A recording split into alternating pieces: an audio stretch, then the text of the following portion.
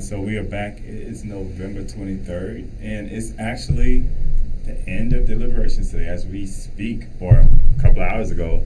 The judge just finished giving instructions to the jury down in Brunswick, and now they go into deliberation, literally. How do you guys feel about this deliberation? Do you feel like it will be different? I mean, I feel like it should be an open and shut case, but, considering what we just saw, I kind of feel like it could go either way, just because of the way things have been going. No conspiracy theories with that? I mean, everybody saw what happened, so it's really just like they can either do justice or they can do whatever they're going to do. What about you, James? I would agree with that, what he said, but I would also think that because, well, you know what, at the end of the day, they still have to do what's right, and the defense attorney has tried to do everything he could to get the mistrial and, a bunch of shenanigans and stuff. I don't know. I'm hoping the jury saw through that and just really went ahead with what the judge was saying, and just based on the evidence that was presented. I'm hoping that they get convicted. Maybe not so much so for the person who shot the video, but definitely the father and son. So this is where, interesting enough, so talking about mistrials, the defense did ask for a mistrial again this morning, because as the state was actually presenting her closing argument, they argued that there was a statement that she had made that was not in the text of the law, when she's explaining to them what the citizen's arrest law stated. And then they put it up and the judge disagreed, of course, so he declined their mistrial motion. But I think this case is different for so many reasons, right? I think that even when we think about the Kyle Rittenhouse case, I don't know, like, people are wondering, why is the community not so offended, and not why are we not up here yelling and screaming? Personally, I see this case as being different, right? Even from a personal standpoint, like, you can make arguments in Rittenhouse defense that he was defending himself based upon some of the video, somewhat, right? Do I think he still should have been prosecuted? Yeah, I think the judge who was down there was horrific. I think that him not allowing the people who were killed to be called victims is horrific. I think that him not even allowing them to consider the charge of him having a gun as an underage child is horrific. But the dynamic is different. Also, too, is the dynamic is different. Like, with Ahmaud Arbery, he was jogging. He was walking through an empty, not even an empty home, a home that was still in construction. Right. And I've heard a lot of white commentators recently who even said that, like, if that was the case, they should have been arrested. They should be killed because they do it all the time in their communities. So, again, I asked this question at the town hall we had last week about, is it different when you're white with a gun and when you're black with a gun? And, of course, everybody went to the Bible on me. But I can answer that. Yeah. Yeah, there's a huge difference. Anytime you have two men walking down the street and the police officer asks the white guy about his weapon and why he's in the middle of why he's walking down the street on the sidewalk, and they say, okay, thank you, have a nice day, they check his ID, all that kind of stuff, and then send him on his way. But the black guy, they roll up and they jump out with weapons drawn. Same scenario, weapons drawn. So automatically, I see a huge difference in that when law enforcement don't ask any questions. They automatically just assume that something is up and that you're on your way to commit a crime. To me, that's a problem. Yeah, and I think that, to be honest with you, this is not. It's weird I say this because this is not something that is new, right? And not only just when it comes to weapons. I was just speaking to somebody earlier today. I'm not going to mention the school district it was in, but they were saying this person was a student. They were saying how there was two students got in a fight recently at their school. One was black, one was white, And I think I was telling you about this in the hallway that when the police officer, who was a white officer, showed up, he naturally went to the black student and body slammed him because he thought he was the aggressor when the white student was the aggressor. So again, I think that this is something that, again, is infused within our culture. And that's the reason why I think even with our Fair Justice Act, while we're trying to get bias training put in there, because bias is everywhere in our system. Absolutely. And I think we see it in Ahmaud Arbery's case. So part of this, interesting enough, part of this was that there was a part, I think it was on Monday or last Friday, where we know that last week Reverend Al Sharpton and Jamal Bryant, Reverend Timothy McDonald, Lee May, Bishop Jackson, Dr. Cynthia Hale got together and they made a phone call to black clergy. It was on Monday night at 8 o'clock. I was on the call. They made a phone call to black clergy and said, hey, we need you in Brunswick. And literally over 500 pastors showed up last week on Thursday. There's a clip I want to show that the defense attorney for one of the attorneys, his name is Attorney Goosh, whatever his name is. He made a statement, or no, not, well, he basically filed for a mistrial the next day. But the state responded, and I wanted to kind of point out what the state's response was. So I think we have a video. Ali's going to play it. Your Honor, Mr. Goff is a brilliant lawyer. These briefs that he has filed are detailed, and he has filed a ton of pretrial briefs that the state has had to respond to. He is very, very smart. He is very, very calculating, and he's a good lawyer. Because on November 12th, he stood up in this courtroom, knowing full well he was on television, and made comments about Al Sharpton and then black pastors and Colonel Sanders, all knowing full well it was being broadcast on television. That was not ineffective assistance of counsel by any stretch of the imagination. That was strategic. He got the response he wanted because he has filed a motion a day based on a continued drumbeat of, well, see, people are coming and people are responding, but they're responding to what he did. They're responding to what he strategically, knowingly, intelligently did so that there would be a response so that he could then complain of it. That is good lawyering right there, because now he's motioned for a mistrial based on something that he caused. You cannot insert reversible error into the case yourself. You can't go ahead and do something and then go, oh, well, it's reversible error when you're the one who did it. But he is attempting to go ahead and do that, which, by the way, once again, not ineffective assistance of counsel, brilliant lawyering, and we ask that you deny his motion for mistrial. But even so, going from there, and we can show the response of this, whatever the attorney. I don't much want to give him the platform, but literally, the state's argument was that that he knew what he was doing. Like when he was calling out Reverend Al Sharpton, when he called out Jesse Jackson, he knew that by calling them out, he was going to get the reaction that he got, hoping for a mistrial. Right. What do you guys think about that? Do you think that he was like a dog whistle to a dog? For me, if I was an attorney. And sorry, let me rephrase that. Do you think it was a crying call? So I think it was a strategy, right? So if you're employed to win a case when the facts are your client pulled up and executed a man that was unarmed in broad daylight, you pretty much are like, okay, what do I have to win this case? Right.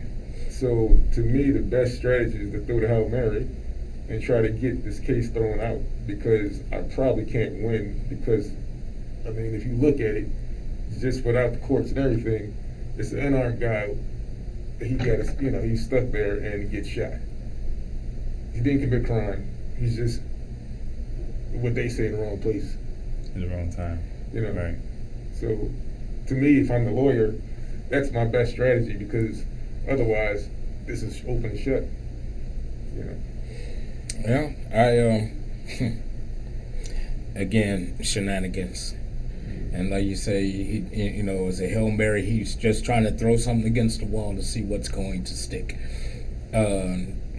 Fortunately, there's a judge that is seeing through his shenanigans and not allowing anything to stick. So yeah, he reached out and he took his shot when at the clergy and get them involved and get a rally going and maybe a riot or something so he can get it thrown out. I'm sure that's the line of thinking he had. Unfortunately for him, he didn't work out the way he hoped for. So I think his clients are going to. It's well for putting someone down in cold-blooded murder in broad daylight, unarmed. I think you definitely need to get put go directly to jail. Do not pass go. And the proceedings are just, for all intended purposes, the video evidence shows X, Y, and Z, and based on that, despite what he was running away from a scene. Again, the man is unarmed, and he's running away, so he poses no threat until he himself is approached, and of course, yeah. You know what I'm saying? Now he has to defend himself.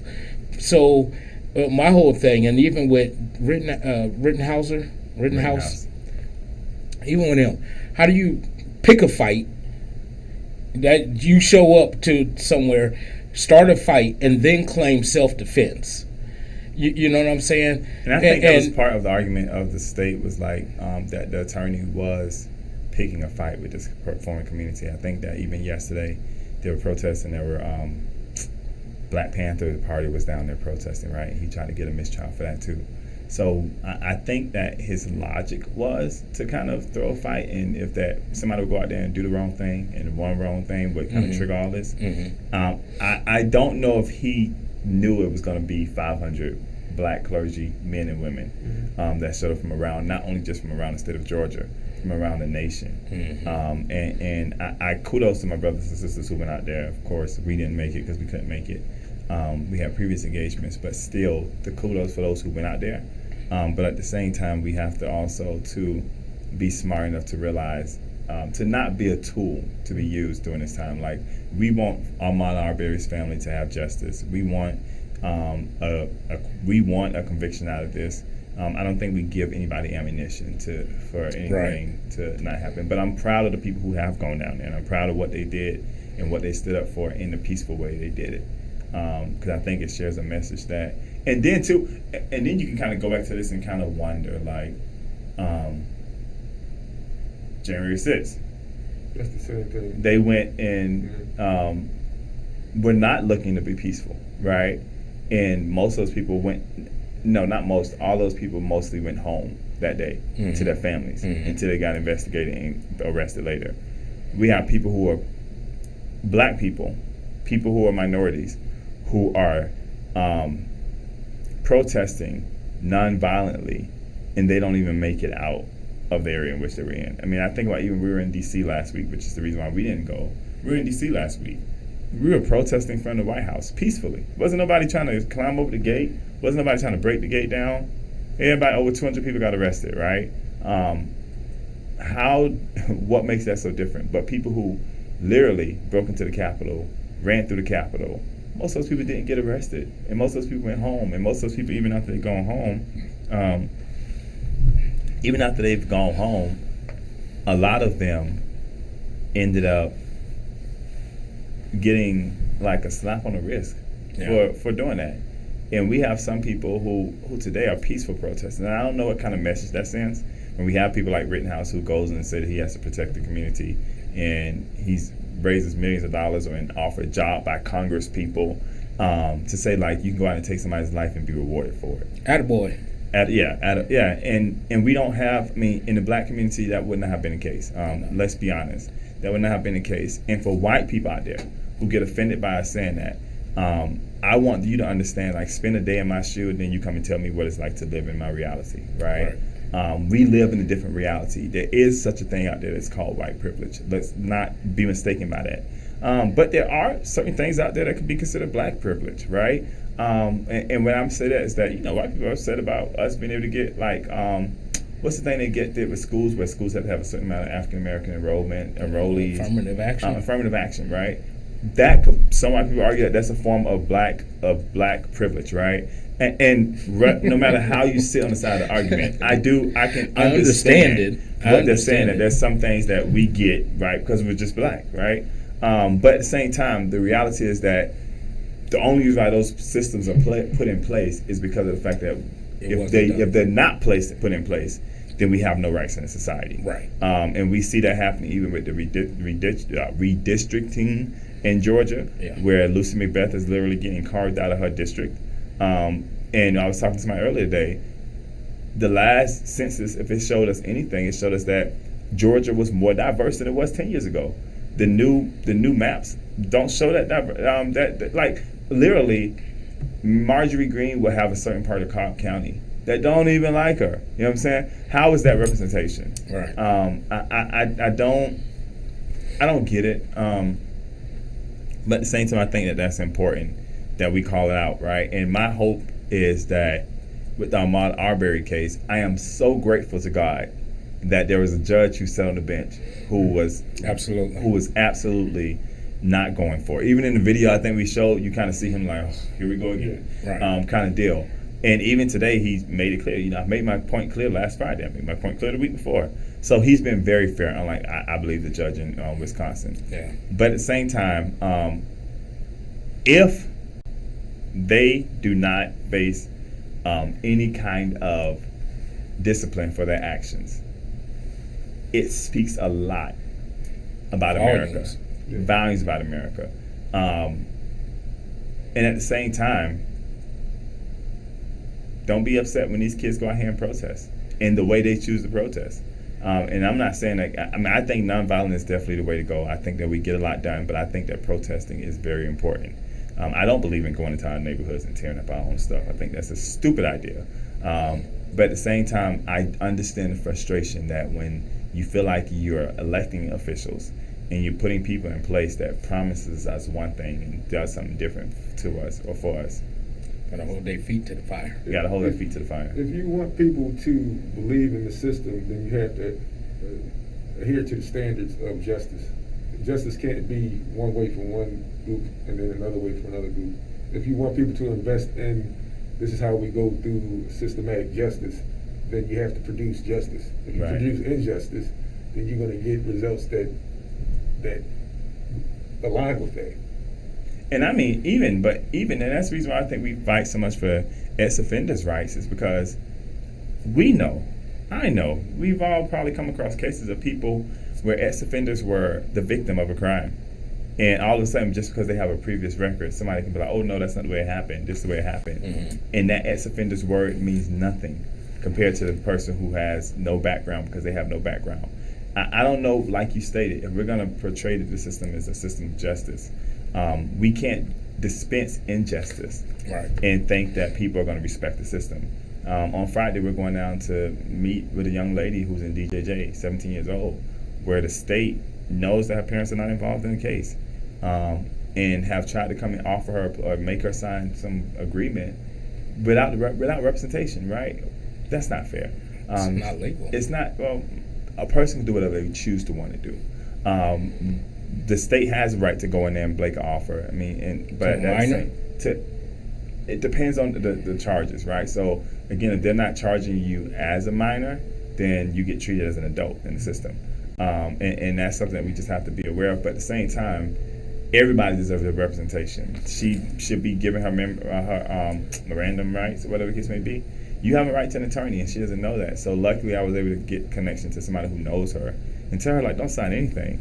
And we're going to try to get her attorney down there. But again, we have to understand. I think that when we see injustice, we have an obligation to stand up and say something.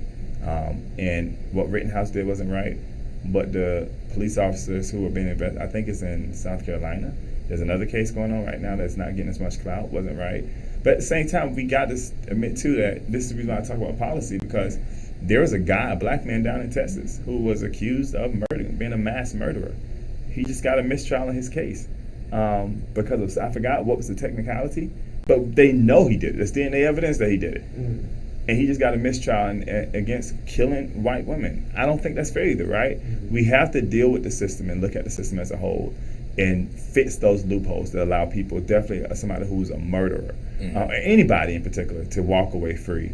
But at the same time, it has to be fair. It has to be just. It can't be that a person who stabbed you with a knife gets 20 years, but you may have beat somebody with a gun and you get 5. Or not even, or you go and beat up police officers and get months in the jail at the Capitol, trying to insurrect like the very democracy. Treason, right? Treason. And you have some judges that don't much want to deal with it from that perspective. Right. So that's the reason why I think that it's important too that we always mention that it's important you know who you're voting for. Yeah. It's important that you know the values they stand for. And it's crazy because I was listening to something today, and they was talking about voting rights and talking about how when Democrats controlled the House, controlled the Senate, they gutted the filibuster for the purpose of getting federal judges on the bench because they were Republicans was filibustering all Obama's nominees for the federal bench, right? Mm-hmm. And when Republicans took over the Senate, they gutted the filibuster a little bit more for the Supreme Court because Democrats were not going for the people who Trump nominated to the Supreme Court, so they wanted to get them in. But yet, when we talk about voting rights, people are like, okay, that's a step too far. What makes us a democracy is what we don't want to protect. I don't get it. Yeah, well, I tell you, man, it's democracy.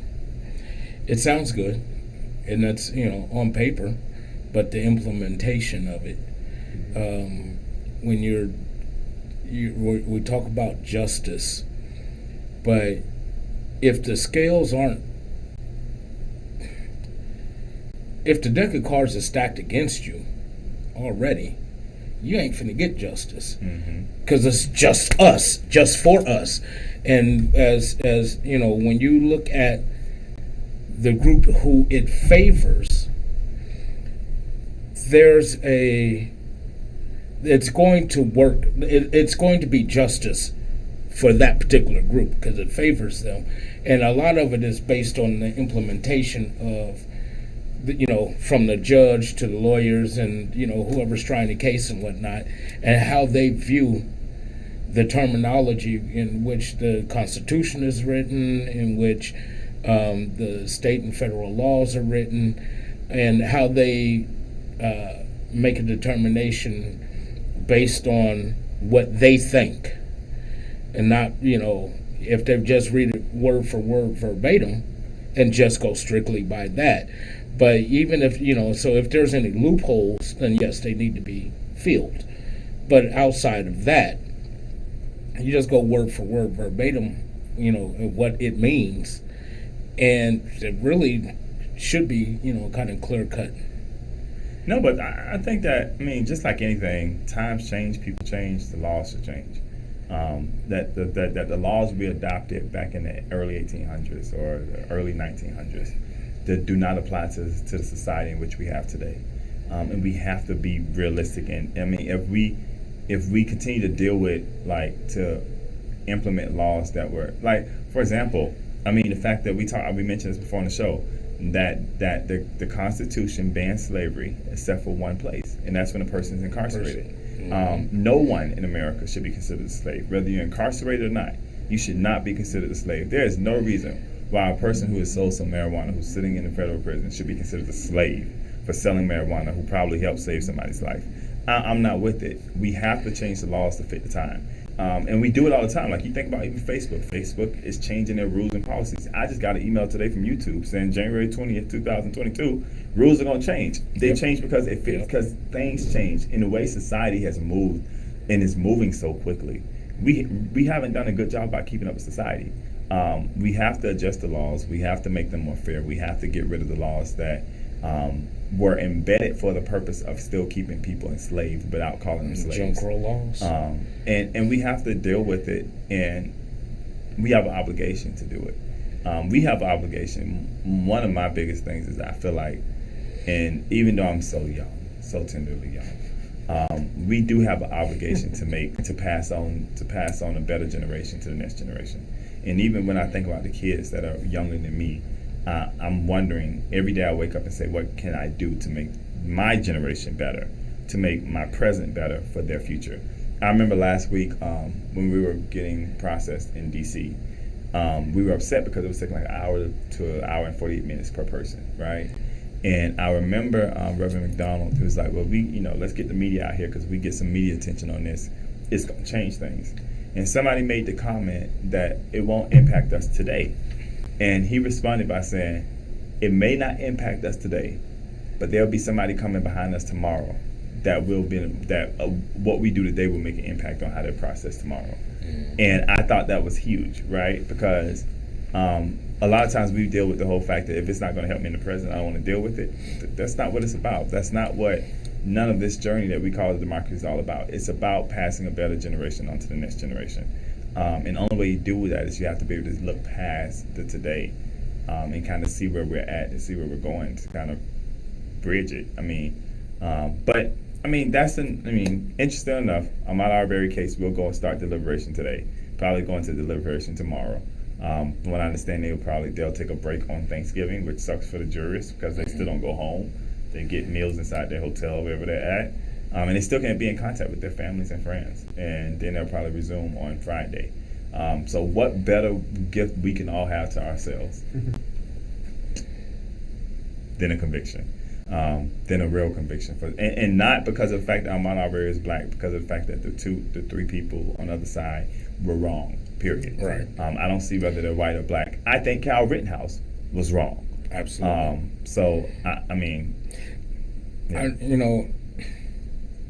I'm still kind of outside of videotaping, shooting the video, and the guy in the car. We wouldn't, if it hadn't been for him doing what he did, this wouldn't even have gone to trial. He just would have, Ahmaud Arbery would have just been another dead black man, young black man. And that would have been the end of it. But because he videotaped it, and I kind of glad he did, didn't nobody know anything about it until the video surfaced. And once it did, and then the story came out. Man, this was weeks ago. And then, their hand was forced after the video came out. So I'm glad he did what he did.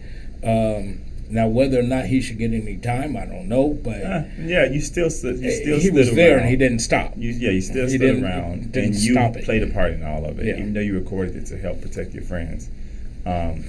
You were an accessory to murder. Period. Yeah. In addition to, they're using that same law to lock people up with. If you were in a fight and you recorded it, now you're just like disseminating the same, So it's really one of those things where it's like, is it worth saving these people who committed a murder from not going to jail to what is potentially, first of all, what justice is, and then potentially a riot happening or something ridiculous? But then not only that, we have to remember too that what we do in courtrooms sets precedents. That's what what I'm we're saying. allowed to do in the future, right? Yeah. And I think that's extremely important. But this is the end of our time for today. Yeah. It's been fun. So we will be off tomorrow, Thursday, Friday. We'll be back on Monday. Yeah. By that time, we probably will have a verdict on the Ahmaud Arbery case. But a message from us to you guys. I think I'm looking at the right one. Am I? Yeah, I am. A message from us to you guys is that as we know that everybody's going into their Thanksgiving time, enjoy it. Enjoy family. Enjoy the time that you have with family. Because one thing that I've learned, and I think that COVID has taught all of us, literally, is that tomorrow is really not promised. So I'll get a chance to spend time with my oldest aunt on my grandmother's side now, who's not doing too well. But I know that some of you guys will be doing other things. But no matter what you do, enjoy your family. Enjoy the time you spend together. It's not just about the food. I was telling somebody the other day that God sent His Son Jesus to die so that we can come back into fellowship with Him. So that teaches us how important fellowship is whenever we can get with family, whenever we can get with friends, to be able to commune with each other, to be able to talk to each other, and to just be in each other's atmosphere. So enjoy it. Yeah. And from Black Push to everyone who watched today, happy Thanksgiving, and until next Monday, go Dolphins. Go Raiders. Until next Monday. You guys play on the two? On Thanksgiving? We played Dallas. on Thanksgiving Day. That's a loss. Okay. No, go Raiders. That's definitely a loss. I'm definitely going to go for Dallas on that one. But until next time, you guys, let's stay prayed up. Let's stay encouraged. Let's enjoy the ones that we have, and let's remember those families who will be celebrating Thanksgiving this year. And they're going to look down at the end of the table, and somebody who was there last year won't be here this year. Yeah. And just the impact that's going to have on them, because that would be the situation of my family, literally, is that I'll look around and I'll be ready to go pick up my uncle for Thanksgiving, and he won't be here because of COVID. Yeah. So let's just continue to just pray for each other, you guys, and remember that we can do so much more together than we can do apart. Stay safe, everyone. Be blessed.